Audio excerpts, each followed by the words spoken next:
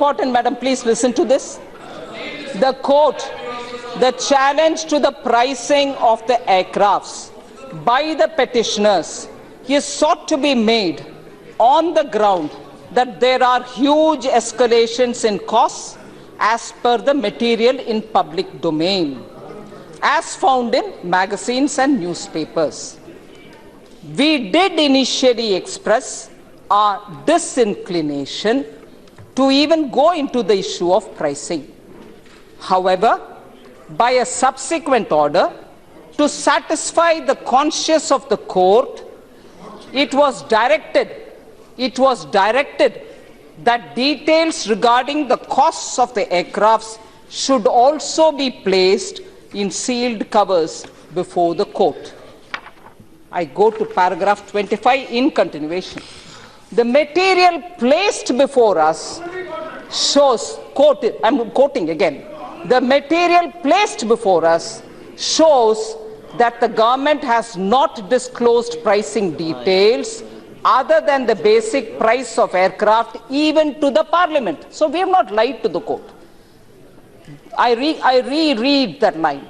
Paragraph 25 says this. The material placed before us shows that the government has not disclosed pricing details other than the basic price of the aircraft even to the parliament on the ground that sensitivity of pricing details could affect national security, apart from breaching the agreement between the two countries. So this paragraph very clearly tells you, Honourable Deputy Speaker, that we have not misled the court, and they acknowledge that we have not given any more details other than the basic price.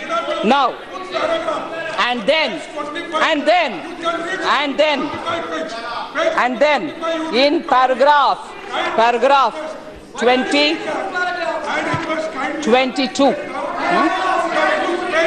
our country, I quote again, our country cannot afford to be unprepared, underprepared in a situation where our adversaries are stated to have acquired not only fourth generation but even fifth generation aircrafts, of which we have none, unquote. Now, if this is what the Supreme Court has said, we constantly have these opposition parties telling us that you misled the court, and this is unfair. You are unfair to court also. Now, I'll come to the end, Deputy Speaker, sir. There are many questions which I would wish to answer, but very importantly, I want to say, we have asked for, or we have applied to the court,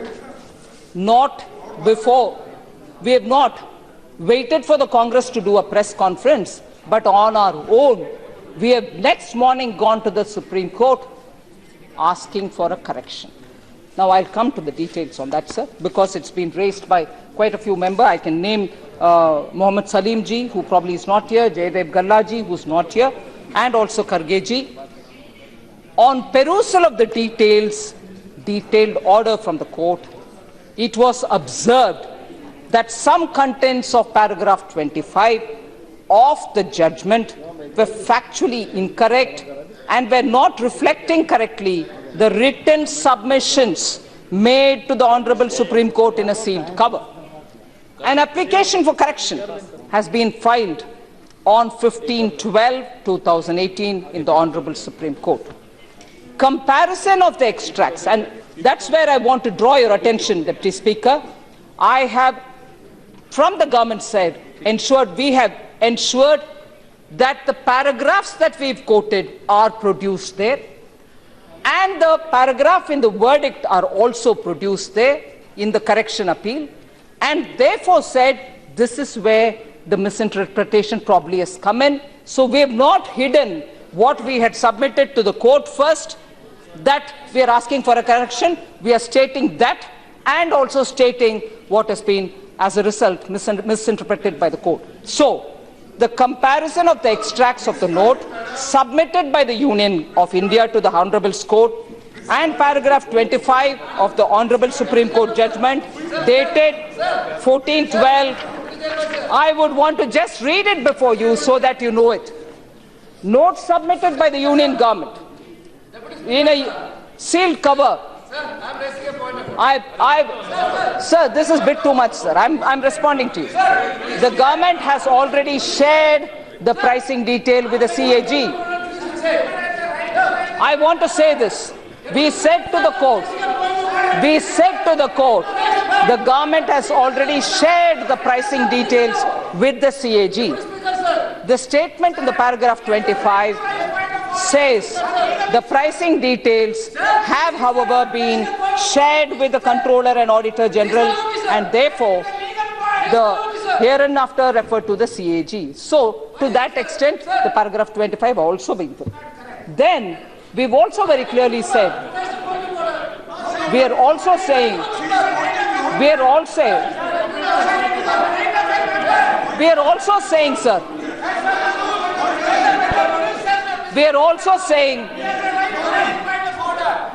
also saying to the court, some misinterpretation have happened in paragraph 25, highlighted what we have said there earlier, and appealed to the court saying, will you please correct those misinterpretations?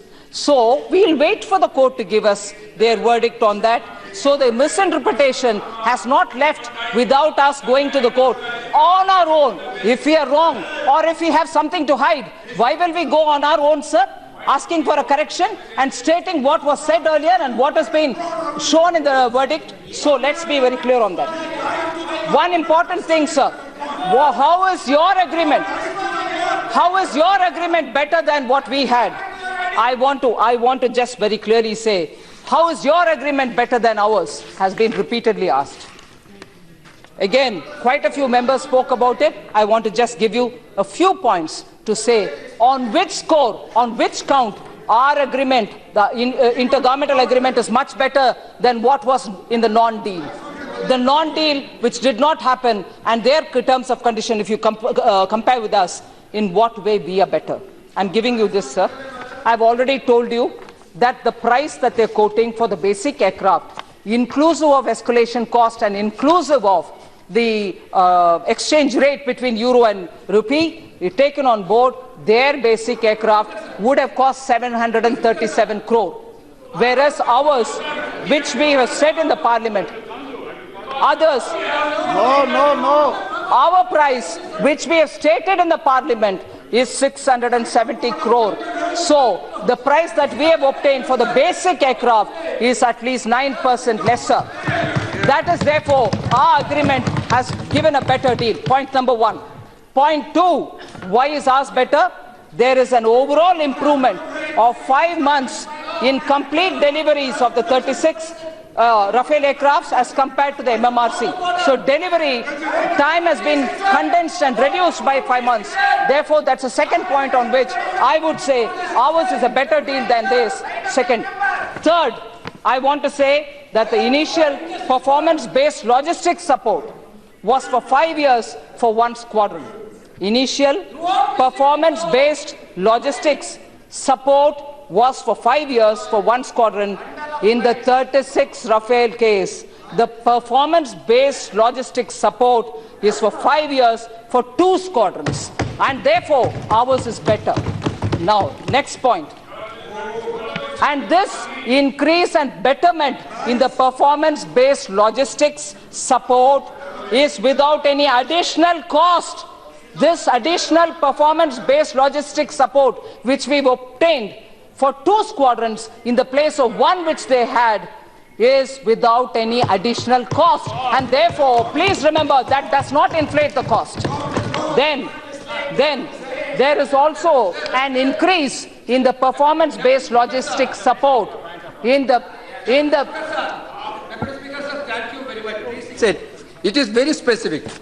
Madam, while replying, she is quoting the Supreme Court verdict. What is the point of order? While quoting, I'm telling 368. If a minister quotes in the House a dispatch of other state paper which has not been presented to the House, the minister shall lay the relevant paper on the table. Yes.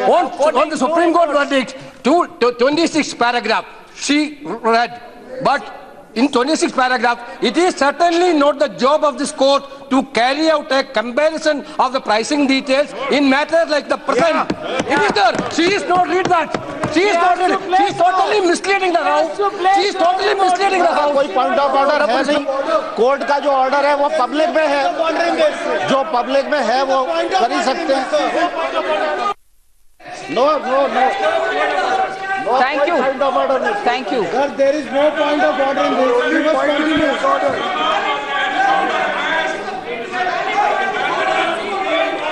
Thank you, Deputy Speaker, sir.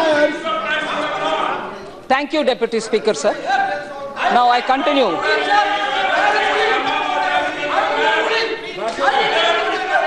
I've read.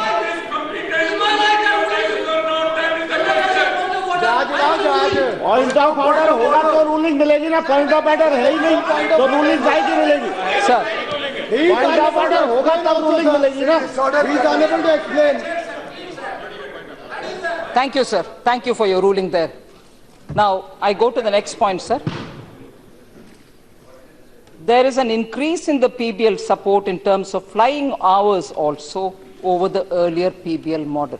Even in terms of number of flying hours, the performance-based logistic support that we've got is much better than the PBL service that they had under the MMRC. Again, that was a non-deal, but still, if you want to compare, now even in terms of flying hours, we've got a better deal.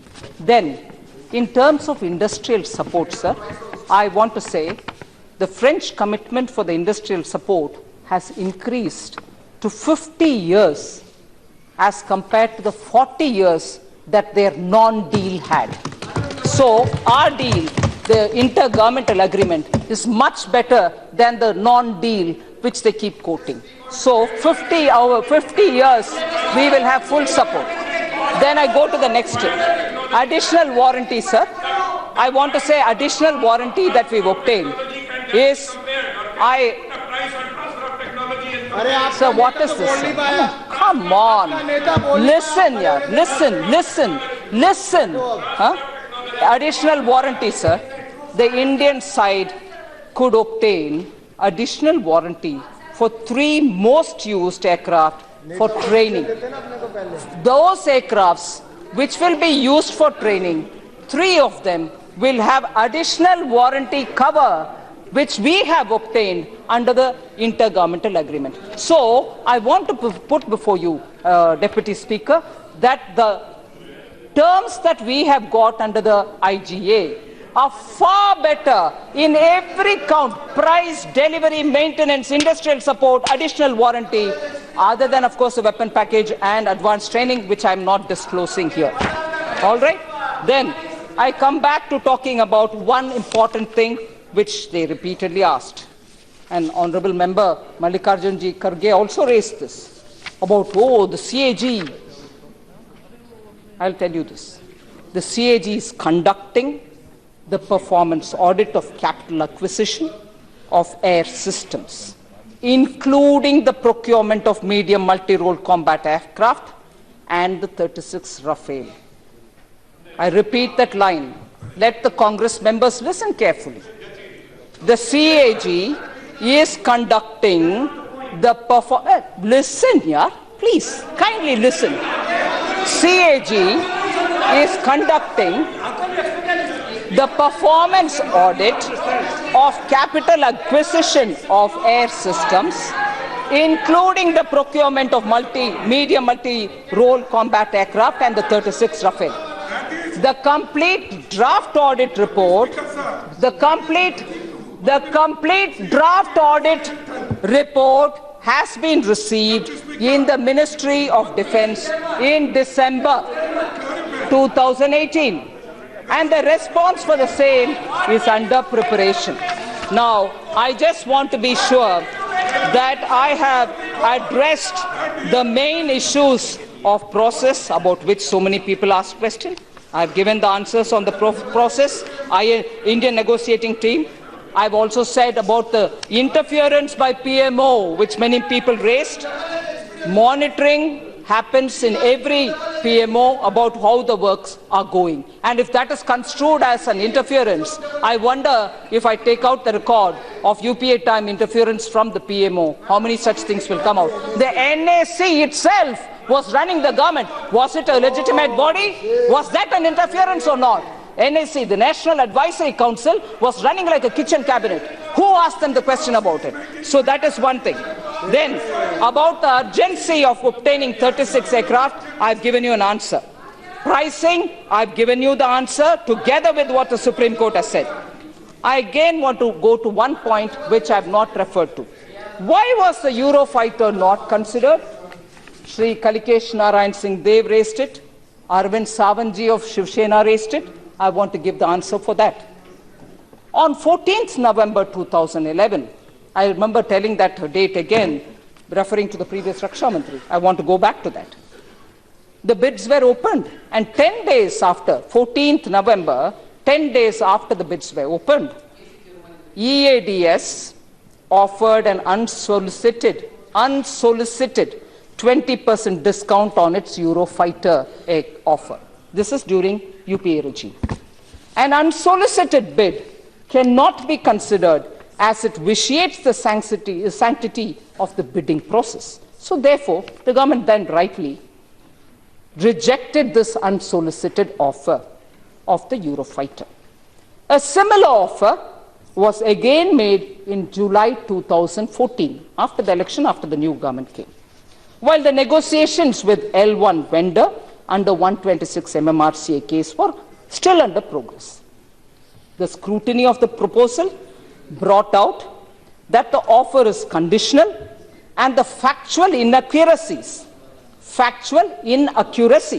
with respect to both claims related to the reduction and better net present value. This was an attempt by the L2 vendor to reduce his cost after having known the cost of the L1 vendor, which is grossly inappropriate. Therefore, a fresh selection process would have meant, if we had gone through that route, a fresh selection process would have meant redoing all the technical tests across platforms, which are by their very nature time-consuming and would have delayed matters further and compromised our already fragile air security scenario even more. And therefore, for all those who have asked, why didn't you go to Eurofighter? That's the answer. So I want to be clear that I've answered even that question which were raised by few members. One other question which floats around very easily and which is repeatedly asked. Qatar had procured Rafale at cheaper price. Why is yours not cheaper? I want to tell you, Madam Speaker, I want to tell you, there are different unauthenticated figures in public domain. It can relate to any country.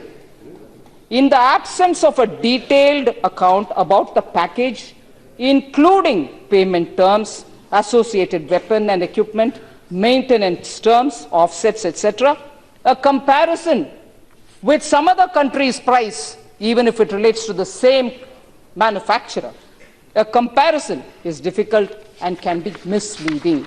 So repeated quoting of Qatar, UAE, Egypt, any other country will not hold water. It is only to mislead the country. I would like to say that. And then we've talked about the process, we've talked about the bank guarantee, we've talked about the offsets. I've also referred to the court. And then I've clearly said that there was no agreement between Dassault and HCN. And since there was no agreement, even during their time, there was a deadlock. For us to be accused that you've left away HCN is completely wrong. I've told the whole crocodile tear story about HCN. I will not repeat it. Supreme Court matter I've also explained. So, with all this said, Madam, I just want to submit before you that the Congress party and others are keen to know the facts on Rafale. Point by point, I've presented through you, Madam, all the details about the pricing of the basic aircraft, about why the offset was not decided by us, about why the prices of weaponry cannot be disclosed unless we want to help Pakistan and any other enemies of our country, which I can see initial green shoots where people are going to Pakistan to say, help them. Maybe, I don't know, from here some people would want to extend, I don't know. I want to just very clearly tell you, madam, that national security considerations will have to be kept in mind. Even this morning, in an attempt to mislead the country, the Congress party has come up with some press release asking the very same questions for which I've given you in detailed reply. I want to very clearly tell you, madam, about the benchmark price. The price was compared to the 126 MMRCA L1 offer, and the Indian negotiating team arrived at the better terms in terms of price, delivery and maintenance offer. Long processes of negotiation have resulted in it. There is no exchequer loss. On the contrary, we have only given you a better price. And waiver, maintenance terms, and then I've read you complete detail about the delivery schedule, discount offer for the EADS, all that which have been Qatar and Egypt, all that which has come out of today's press release from the Congress, point by point, not just for the questions which have been raised here, but for the entire press release, I've given you the answers. Now, I just want to tell you one thing, madam. Somewhere there's a temptation, because 4 years this government has run without any corruption.